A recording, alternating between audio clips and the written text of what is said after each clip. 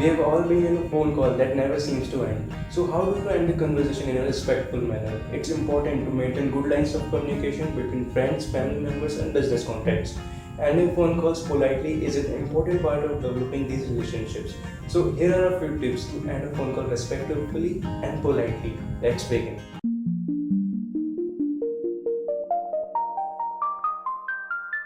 Guys, on the top of the list is focus on the conversation.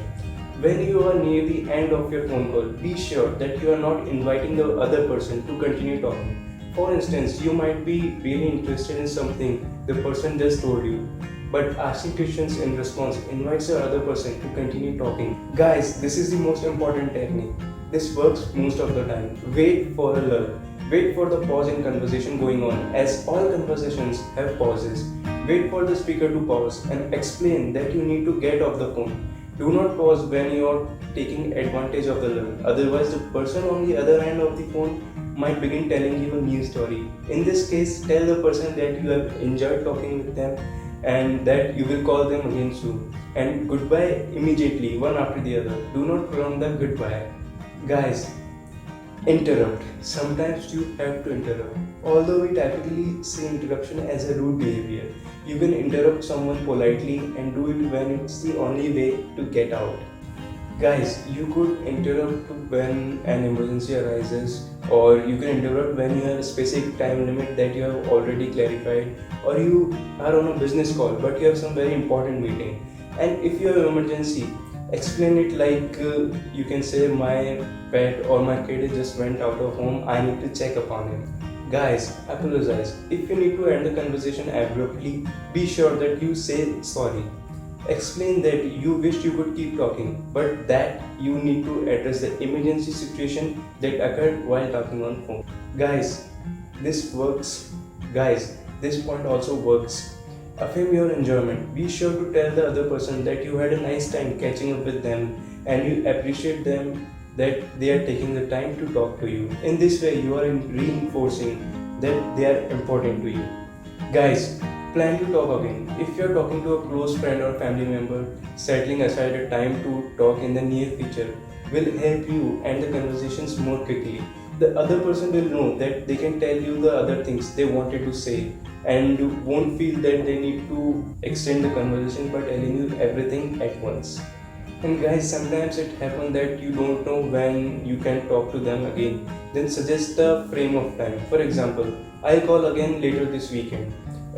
If the person is someone you don't talk on a regular basis, then you can say something like that, we should catch again soon. By doing so, you suggest that you would like to keep in touch, but you don't limit yourself to a particular timeline.